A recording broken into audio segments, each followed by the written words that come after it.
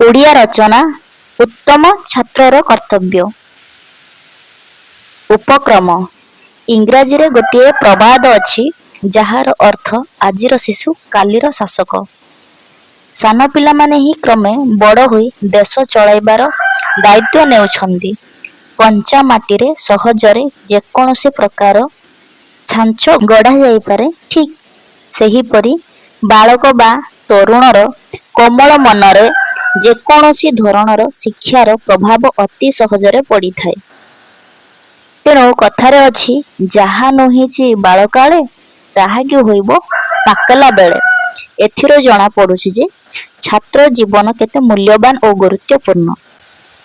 ପୂର୍ଣ୍ଣାଙ୍ଗ ଶିକ୍ଷା। ଛାତ୍ର ଶବ୍ଦର ଯଥାର୍ଥ ଅର୍ଥ ହେଉଛି ଶିକ୍ଷାର୍ଥୀର ପ୍ରକୃତ ଶିକ୍ଷା। କେବଳ ପୁଥିଗତ ଧରାବନ୍ଧା ପାଠ୍ୟପୁସ୍ତକର ଶିକ୍ଷା ନୁହେଁ, ଏହା ହେଉଛି ପୂର୍ଣ୍ଣାଙ୍ଗ ମଣିଷ ହେବାର ନିଶା। ଏ ଶିକ୍ଷା କେବଳ କେତୋଟି ବହି ପଢ଼ିଦେଲେ ହେବ ନାହିଁ।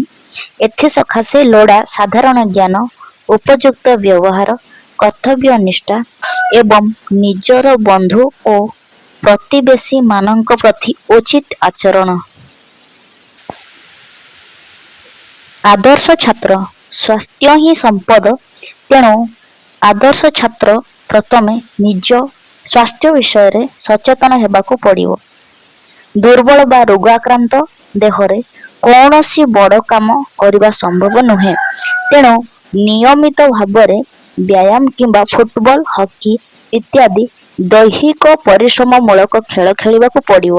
ଯଥା ସମୟରେ ଖିଆପିଆ କରିବାକୁ ହେବ ଏବଂ ପ୍ରତ୍ୟହ ଗଜାମୁଗ ବା ବୁଟ କିମ୍ବା ନଡ଼ିଆ ଆଦି କିଛି ପୁଷ୍ଟିକର ଖାଦ୍ୟ ଖାଇବାକୁ ହେବ।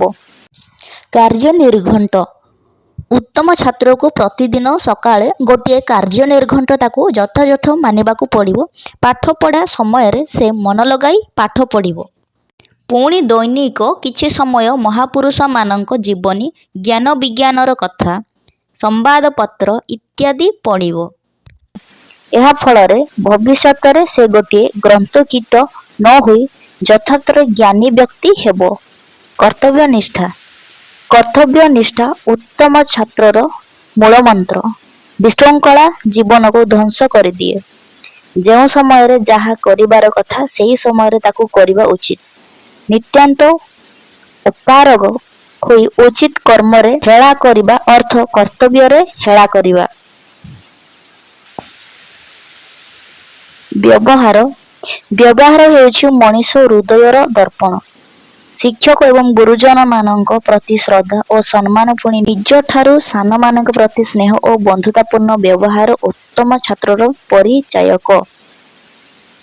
ସହପାଠୀଙ୍କ ସହ ଯେ ସଦ୍ଭାବ ରଖିବ, ମାତ୍ର କୌଣସି ସହପାଠୀ କିଛି ଅତ୍ୟାଚାର ବା ଅବାଞ୍ଛନୀୟ କାମ କରିବାକୁ ବସିଲେ ସେ ତାକୁ ବନ୍ଧୁ ଭାବରେ ସେ ପ୍ରକାର କାମର କୁପରିଣାମ ବିଷୟରେ ବୁଝାଇ ତାକୁ ସେଥିରୁ ନିବୃତ୍ତ କରିବ।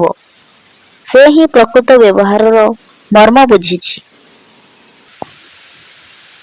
ଶେଷ କଥା, ପାଖ ପଡ଼ୋଶୀଙ୍କ ପ୍ରତି ମଧ୍ୟ ଉତ୍ତମ ଛାତ୍ରର କର୍ତ୍ତବ୍ୟ ରହିଛି। ଯଦି ପଡ଼ିଶା ଘରେ କୌଣସି ବିପଦ ପଡ଼େ କିମ୍ବା ଦୁର୍ଘଟଣା ଘଟେ, ତେବେ ସେ ଆଗେ ସେଠାକୁ ଧାଇଁ ଯାଇ ତାହାଦ୍ୱାରା ଯାହା ସମ୍ଭବ କେହି ନ କହୁଣୁ ତାହା କରିବ। ଖାଲି ମଣିଷ ନୁହେଁ, ଆଖପାଖରେ ଜୀବଜନ୍ତୁଙ୍କ ପ୍ରତି ମଧ୍ୟ ତା'ର ବ୍ୟବହାର ଓ ସ୍ନେହ ଓ ସଦୟ ଉଚିତ। ଏହି ପ୍ରକାର ଉତ୍ତମ ଛାତ୍ରମାନେ ହିଁ ଆମ ଦେଶର ଭାଗ୍ୟ ନିର୍ମାତା।